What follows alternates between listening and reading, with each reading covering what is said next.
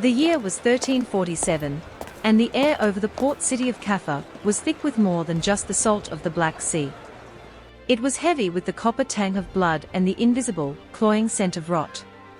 Thomas, a young merchant's apprentice from Genoa, stood upon the stone battlements of the city's outer wall, his knuckles white as he gripped the cold masonry. Below him, the world was a theatre of nightmares. For months, the Mongol Golden Horde had laid siege to the city, their tents sprawling across the Crimean plains like a dark, undulating carpet. But the enemy was no longer hurling stones or fire over the walls. Instead, the air was filled with a different kind of projectile. Thomas watched in paralyzed horror as a trebuchet groaned in the distance, its massive wooden arm swinging upward with a violent thud. A dark, shapeless mass soared through the grey sky, trailing a sickening mist, before crashing into the cobblestones of the marketplace inside the walls. It was not a boulder. It was a body, blackened, swollen, and weeping with the foul humors of a disease that defied the logic of the heavens. "Cover your nose, lad," a voice rasped. It was Master Lorenzo, a man whose once proud silk robes were now stained with the grime of the siege. He pulled a vinegar-soaked rag over his face, his eyes wide with a terror that no sword could inspire. "The Tartars are dying out there, and they mean to take us to the grave with them. It is a malice beyond war. It is the breath of the devil himself."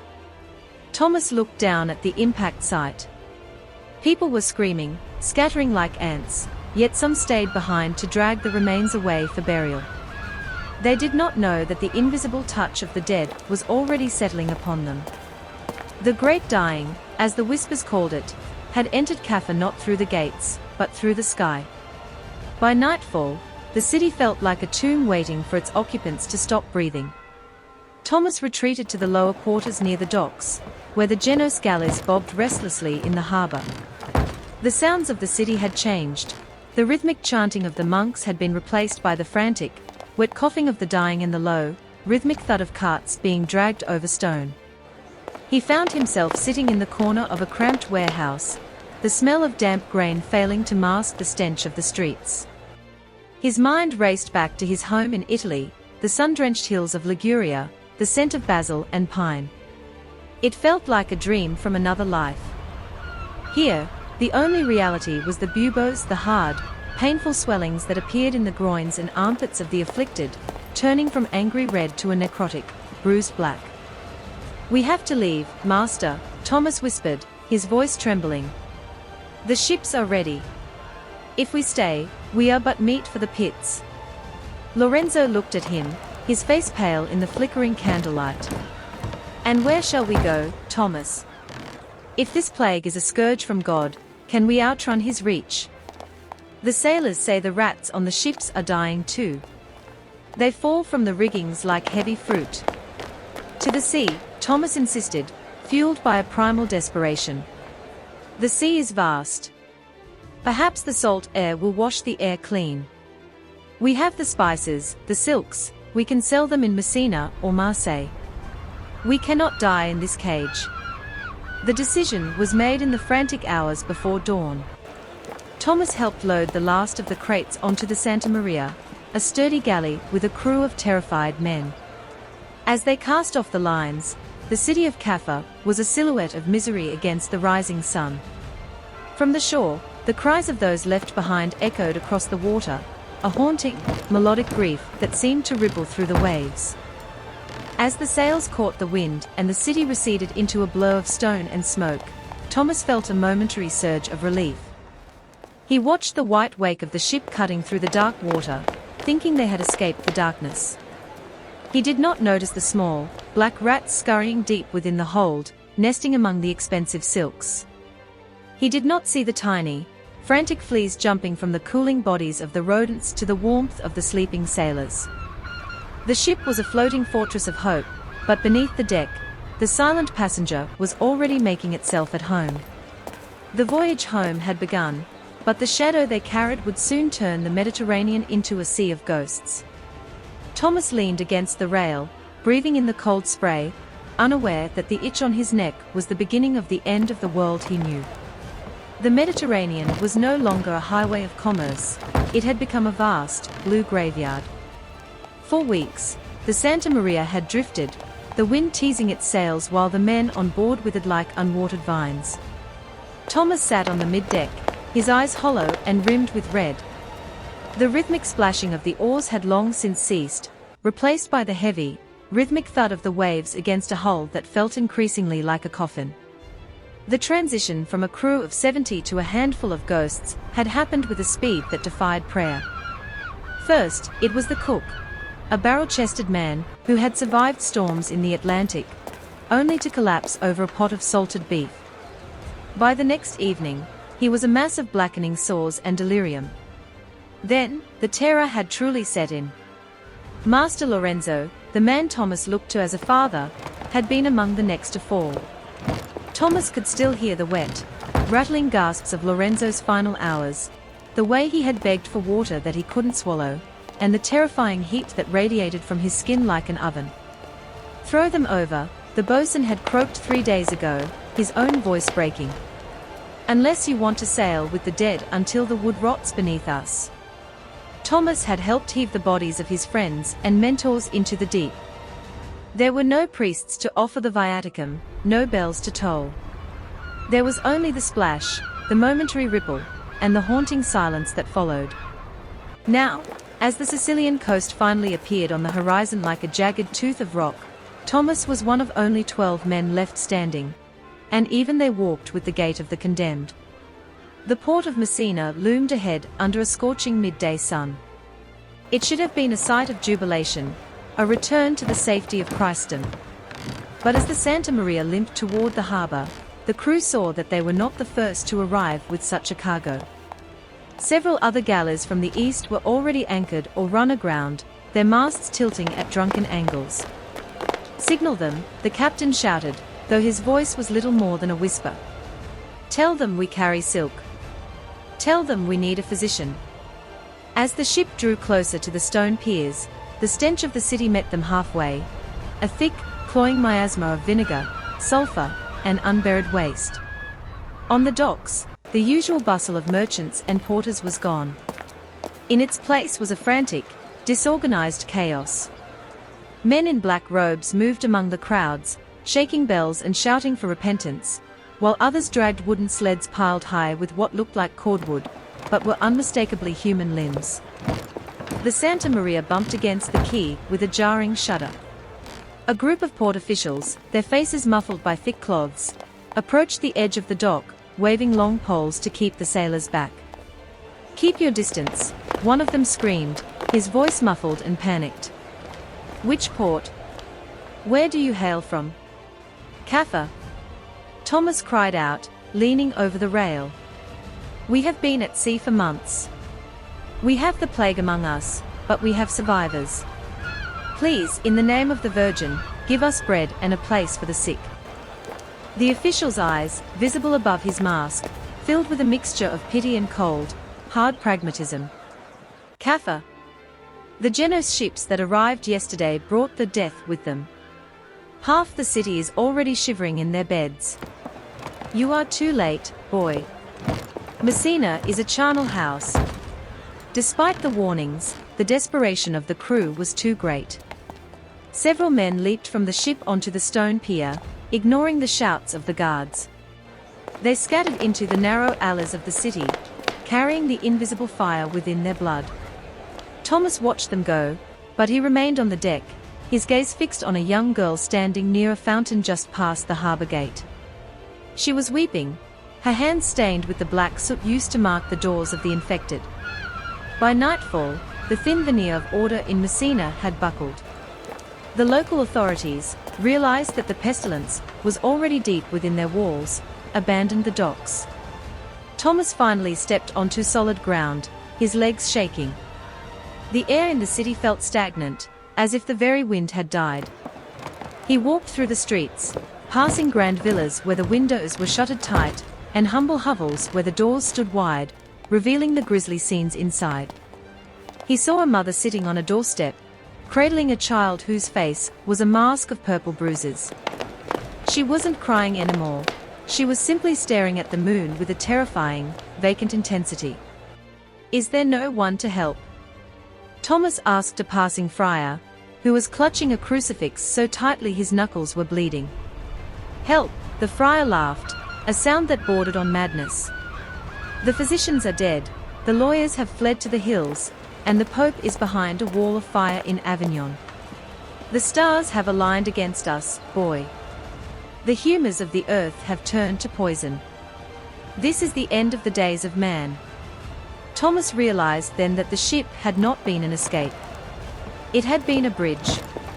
He looked back at the harbor, where the Santa Maria sat dark and silent. He felt a sharp, stinging pain in his groin, a dull ache that made his breath catch. He reached down, his fingers trembling, and felt the unmistakable, hard lump beneath his tunic. The bubo had arrived. The shadow of Kaffa had caught him at last, and as he collapsed against the cold stone of a stranger's house, he realized that Messina was not his sanctuary. It was merely the next station, on a journey into darkness. The pain in Thomas's groin was a throbbing, rhythmic pulse, like a second heart beating with a malicious intent. But as the sun rose over the tortured skyline of Messina, a strange, feverish clarity took hold of him. He was not ready to die in a gutter. The air in the city was a visible soup of flies and the smoke from cleansing bonfires that smelled of sulfur and wet hair. If he stayed, he would be tossed into the great pit by the men with the hooks, the scavengers who cleared the streets for a few copper coins they would never live to spend. "Move, boy, or be moved," a voice croaked. Thomas looked up to see an old man, a tanner by the smell of him, leading a donkey laden with mismatched household goods. The man's eyes were bloodshot, but he lacked the telltale marks of the pestilence. He was part of the exodus, the desperate wave of humanity fleeing the coastal cities for the supposed purity of the hills. Summoning a strength he didn't know he possessed, Thomas hauled himself upright.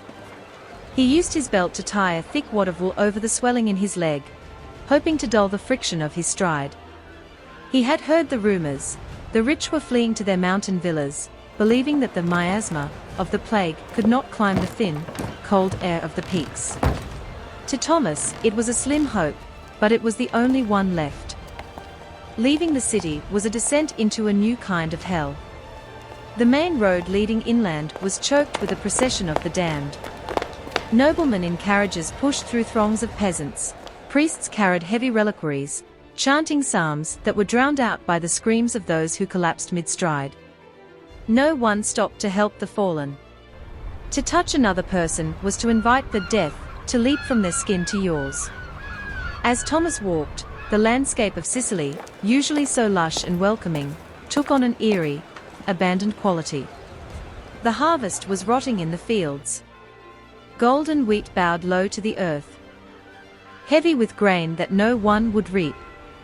Cattle wandered aimlessly through the vineyards, their udders swollen and painful, lowing in a mournful chorus that echoed off the limestone cliffs. By the second day of the journey, the fever began to bake Thomas from the inside out. The world became a series of blurred vignettes. He saw a group of flagellants in a clearing, men who whipped their own backs with leather thongs tipped with iron spikes, crying out for God's mercy as their blood sprayed the dusty ground. To them, the plague was a divine punishment for the sins of the world, a debt that could only be paid in agony. "Forgive us! Forgive us!" they wailed, their rhythmic chanting synchronized with the wet slap of the whips. Thomas bypassed them, his mind focused on a small cluster of stone huts perched high on a ridge. He reached the outskirts of a village called Monteleone by dusk. But as he approached the wooden gate, he was met not with Christian charity, but with the cold iron of a pitchfork. "Turn back," a villager shouted from behind a makeshift barricade of overturned carts. "We have no sickness here, and we'll kill any man who tries to bring it through." "I am a traveler. I seek only water," Thomas lied, his voice a dry rasp. He kept his cloak pulled tight to hide his limp. "The wells are for the healthy," another man hissed, leveling a crossbow. "Go to the woods. Die with the wolves.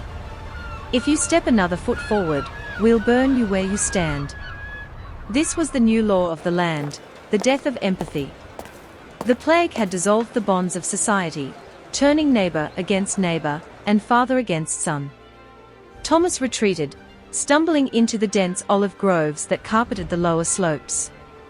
He found a small, abandoned shepherd's hut, its roof partially caved in, and collapsed onto a pile of dry hay. The night was a kaleidoscope of terrors. In his delirium, Thomas saw Master Lorenzo standing in the corner, his face a mask of black velvet, pointing toward the mountains. He felt the bubo on his leg grow hot, then strangely soft. The pressure was unbearable, a localized explosion of pain that made him bite his tongue until it bled. Then, in the darkest hour before dawn, the abscess broke. A foul, greenish-black discharge soaked through his breeches. The relief was instantaneous and violent. The crushing pressure vanished, replaced by a cold, shivering exhaustion. He lay in the dark, gasping, his skin slick with a cold sweat that felt like ice. In the distance, he could hear the bells of a monastery tolling, not for a service, but the slow, steady rhythm of the De Profundis. He had survived the first strike of the great dying, a feat that felt less like a miracle and more like a cruel joke. He was alive, but he was alone in a world where the living were starting to envy the dead. He looked out through the gaps in the roof at the stars, wondering if the same light was shining on a world that still made sense, or if the entire firmament had been extinguished by the same black fog that had swallowed Kaffa and Messina. He closed his eyes, the scent of crushed olives and rot filling his lungs. He was in the heart of the country, but the silence of the hills was louder than the screams of the city.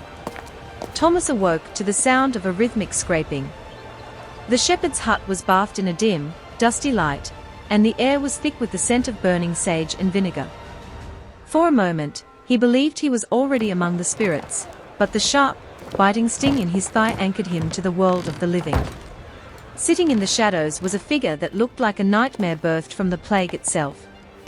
The man wore a heavy, dark robe of waxed leather and a mask with a long, curved beak, resembling a monstrous bird. The glass eyes of the mask glinted in the low light, staring at Thomas with a cold, unblinking intensity. "Peace, young Genos," a muffled voice emerged from the beak. "If the fever hasn't taken your mind, you'll see I'm simply scraping the poison from your skin." Thomas tried to recoil, but his limbs were like lead. "Who are you?" "A demon." "In these times, there's little difference between a demon and a doctor," the man replied, setting down a silver lancet. He began to apply a poultice made of ground herbs, flour, and something that smelled sharply of onion. "I am Brother Julian. I was a scholar at Montpellier before the world fell apart. Now, I am a wanderer who follows the trail of the dying." Julian moved with a clinical, detached efficiency. He explained that the lancing of the bubo, a procedure most feared by the common folk, had likely saved Thomas's life, though the boy was still dangerously weak. As Julian worked, he spoke of the great mortality, with the weary tone of a man who had seen the end of history. "They say it is the alignment of Saturn, Jupiter, and Mars in the house of Aquarius," Julian muttered, his voice echoing inside the mask. "Or perhaps it is the Jews poisoning the wells, or the sins of the papacy. But I have looked into the blood of the fallen, Thomas.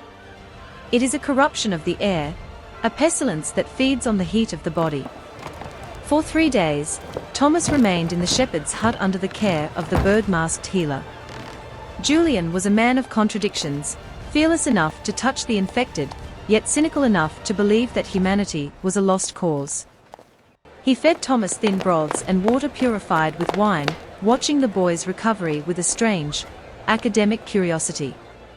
"You are a rarity," Julian said one evening, gesturing toward the healing wound. "Most who see the black mark are dead within 3 sunrises. Your blood has a stubbornness to it. Perhaps you were meant for something more than a pit in Sicily." However, the sanctuary of the hut was soon shattered. On the 4th morning, a group of men from the nearby village of Monteleone arrived, armed with torches and scythes. They had seen the smoke from Julian's small fire, and had tracked the birdman to the grove. To the terrified villagers, the plague doctor was not a savior, he was a harbinger of doom, a creature who brought the disease in the folds of his waxed robes. "Burn the hut," a man shouted from the clearing. "Purge the filth before it reaches our children." Julian didn't panic. He reached into his satchel and pulled out a small glass vial filled with a dark, viscous liquid. "Go out the back, Thomas. Follow the dry creek bed toward the north.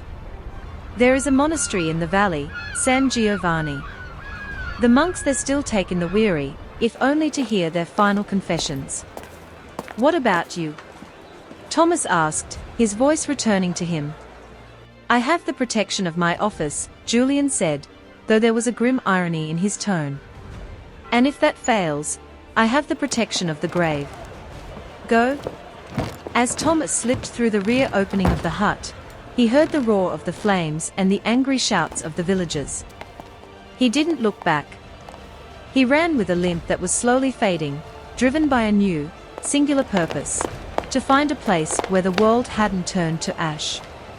The journey toward San Giovanni took him deeper into the heart of the Sicilian interior. The landscape was beautiful and hauntingly empty. He passed abandoned villas where the doors swung open in the breeze, revealing tables still set for dinners that would never be eaten. The silence was absolute, broken only by the occasional caw of a crow or the distant, lonely tolling of a bell. He reached the gates of the monastery as the sun began to dip behind the craggy peaks. The walls were high and made of golden stone, and for the first time since leaving Kaffa, Thomas felt a glimmer of something that resembled peace. But as he reached out to pull the heavy iron bell cord, he saw a sign painted in red across the timber of the door. "Vade retro, Satana." "Step back, Satan." The monastery was not an asylum, it was a fortress. The monks were not greeting the world, they were hiding from it. Thomas collapsed against the gate, the exhaustion of his journey finally catching up to him. He was a survivor of the sea, the city, and the fever, but as the stars began to pierce the darkening sky, he realized that the hardest part of the plague wasn't the dying, it was the isolation of the living. The iron gates of San Giovanni did not creak open with the warmth of Christian charity.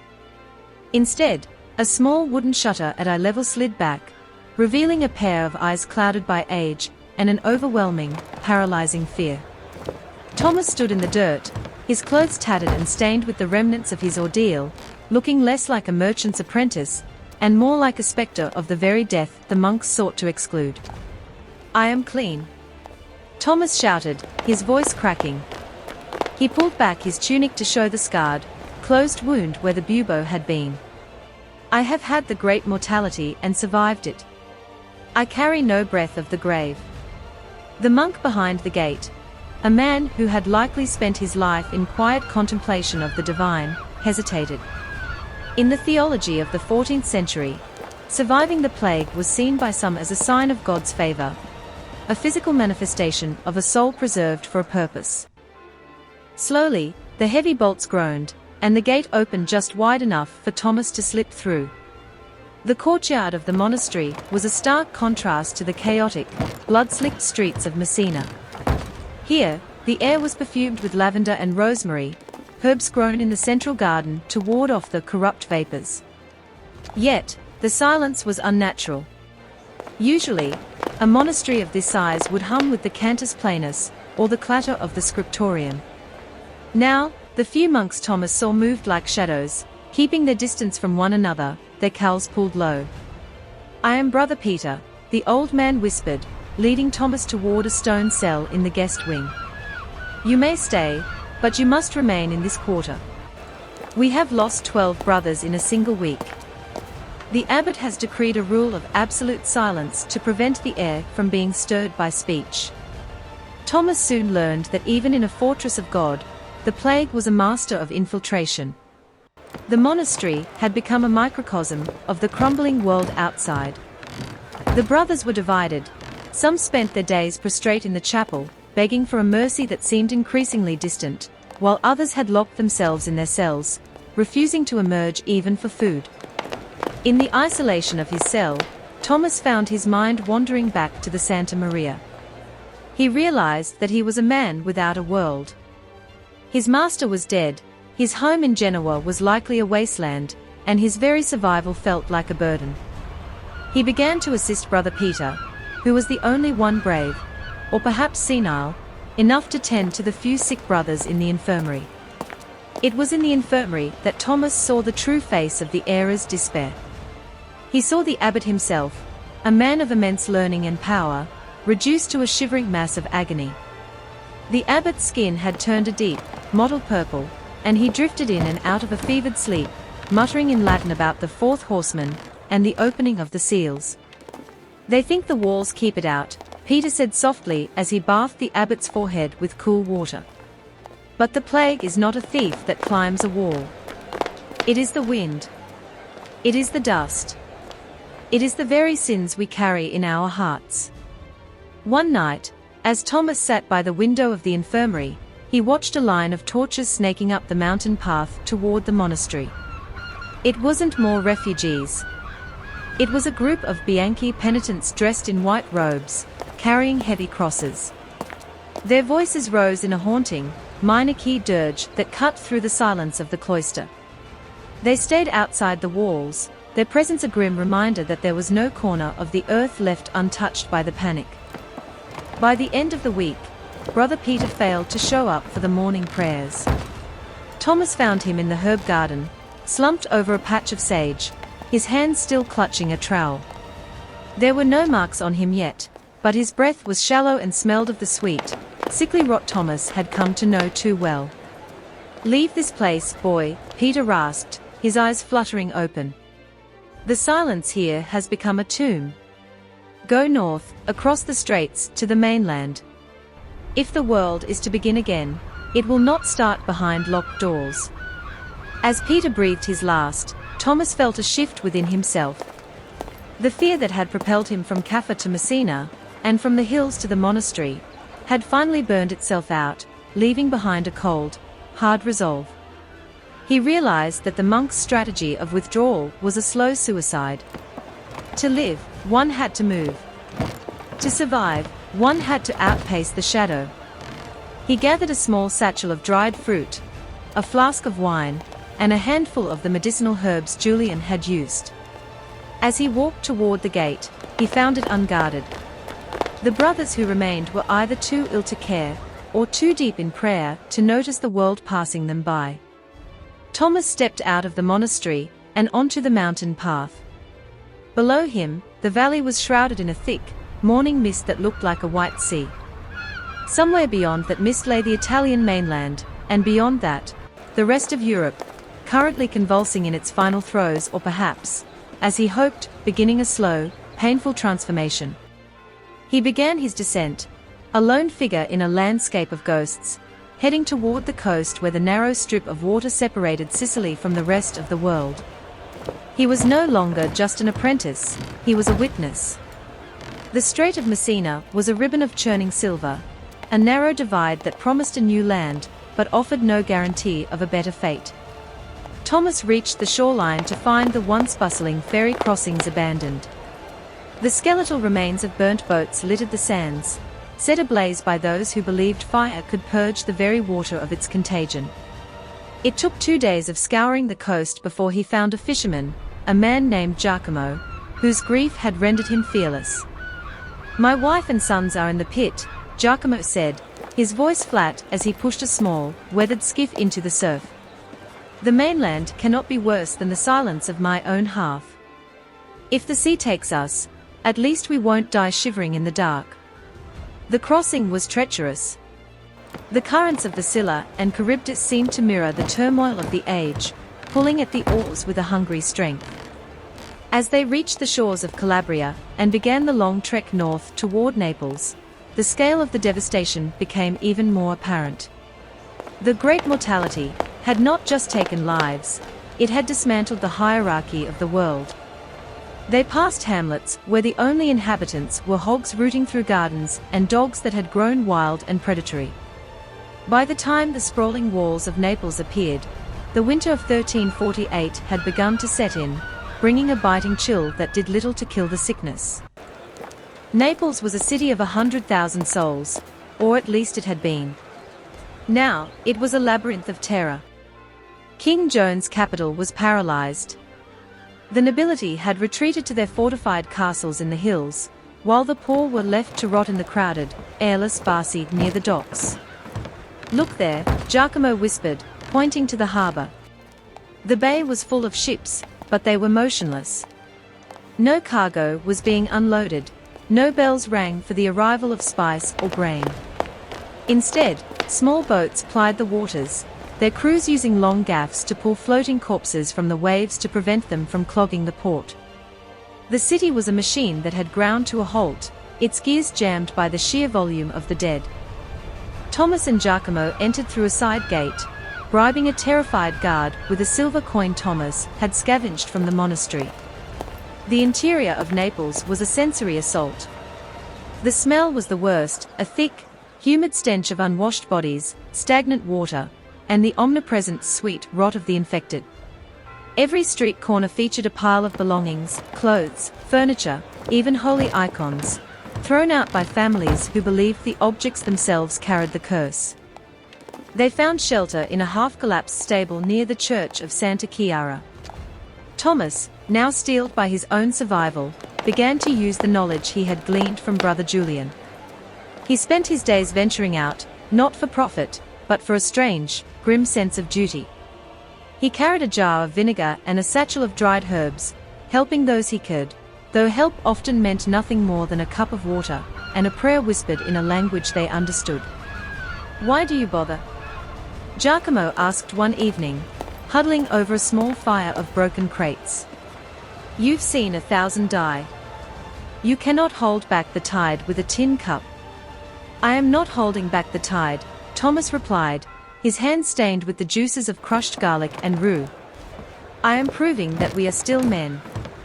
If we stop caring for the dying, then the plague has already won, even if our hearts are still beating." But Naples was reaching a breaking point. The social order was dissolving into madness. Rumors spread that the beggars were spreading the plague by rubbing poisoned grease on the doorknobs of the wealthy. In the Piazza del Mercato, Thomas witnessed a mob seize an old woman, accusing her of being a striga who had cursed the wells.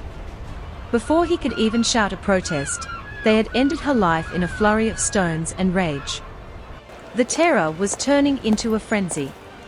That night, a group of Lazzari, the destitute and desperate, began to pillage the abandoned palaces. Fire broke out near the waterfront, the orange glow reflecting off the smoke-filled sky until the city looked like a vision of the inferno. As Thomas watched the flames, he felt a familiar ache. It wasn't the bubo, it was the crushing weight of witnessing a civilization tear itself apart. He realized that Naples was a trap. The higher density of people only served to accelerate the spread and the cruelty. "We leave at dawn," Thomas told Giacomo. "We head for Rome. They say the Pope has granted a plenary indulgence to all who reach the Holy City. If there is any sanctuary left on this earth, it must be at the feet of Saint Peter." Giacomo nodded solemnly. They packed their meager belongings as the screams of the city echoed through the stable walls. Thomas looked at his hands, calloused, scarred, and perpetually stained, and wondered if he would ever again know the scent of clean silk, or the sound of a city at peace. The road to Rome was long, and the winter was cruel, but he was a survivor of the great mortality, and he would not let the fire of Naples be his end. The road to Rome was a gauntlet of ice and silence. The winter of 1348 to 1349 had descended with a merciless bite, as if the heavens were trying to freeze the very blood that the plague had sought to boil. Thomas and Giacomo moved through the desolate Campagna, a landscape of rolling hills that should have been dotted with shepherds and pilgrims. Instead, they found only the empty houses, entire villages where the hearths had gone cold months ago, their inhabitants now nothing more than memories buried beneath the snow. As the spires of Rome finally pierced the grey horizon, Thomas felt no surge of triumph, only a weary sense of completion. The eternal city, the heart of Christendom, was not the bastion of hope he had envisioned. The Pope, Clement VI, remained in Avignon, sheltered behind a wall of perpetual fires to ward off the miasma. Rome itself was a city of ruins and relics, its population halved, its streets patrolled by the flagellants and the desperate. "Is this the end of it?" Giacomo asked, his breath hitching in the frozen air. "We have walked across a kingdom of graves. Does the world simply stop here?" Thomas looked toward the Vatican. "The world doesn't stop, Giacomo. It changes. Look at the walls, even the stones are scarred. But people are still here. They are terrified, they are broken, but they are here. They found a city in the midst of a strange, grim transformation. Because so many laborers and artisans had perished, those who remained were starting to demand higher wages. The rigid feudal bonds that had held Europe in a vice for centuries were fraying." Thomas saw a group of peasants arguing with a local bailiff, their voices loud and unafraid. They knew their labor was now a precious commodity. The great mortality had killed millions, but it had also, in its cruel irony, given a new kind of leverage to the survivors. Thomas spent his final days of travel near the Tiber, watching the river flow toward the sea. He thought of Caffa, the screams in the marketplace, and the birdman Julian. He thought of Master Lorenzo and the silk that had brought the death to Messina. He realized that he was no longer an apprentice merchant. He was a survivor of a catastrophe that had reshaped the soul of the continent. He decided to stay in Rome for a time, using his knowledge of spices and herbs to work in a small apothecary near the Trastevere. He didn't seek riches. He sought only to be a bridge between the old world and whatever was coming next. He began to write, not ledgers of silk and coin, but a chronicle of what he had seen. He wrote of the black boils, the smell of vinegar, the silence of the monasteries, and the resilience of those who refused to lie down and die. One evening, as the first signs of a tentative spring began to thaw the Roman soil, Thomas sat on a stone bench overlooking the Forum. A young boy, no more than 6 years old, was playing nearby, chasing a stray cat through the ancient ruins. The child's laughter was a sharp, piercing sound, a sound that shouldn't have been possible after so much darkness. Thomas realized then that the great dying had not been the end of the days of man, as the friar in Messina had feared. It was a pruning, violent, horrific, and seemingly senseless, but life was already pushing through the cracks of the old world like grass through stone. "The shadow is lifting," he whispered to the wind. The plague would return in waves for centuries to come, but the terror of the unknown had been broken. Humanity had looked into the eyes of the fourth horseman and survived. As the sun set over the 7 hills, casting long, golden shadows across the Tiber, Thomas closed his eyes and breathed in the cool, clean air of the coming spring. He was alive. The world was scarred, and its heart was heavy, but it was still turning. The story of the great mortality was not just a story of death, it was the story of the morning after. And for Thomas, the morning had finally arrived.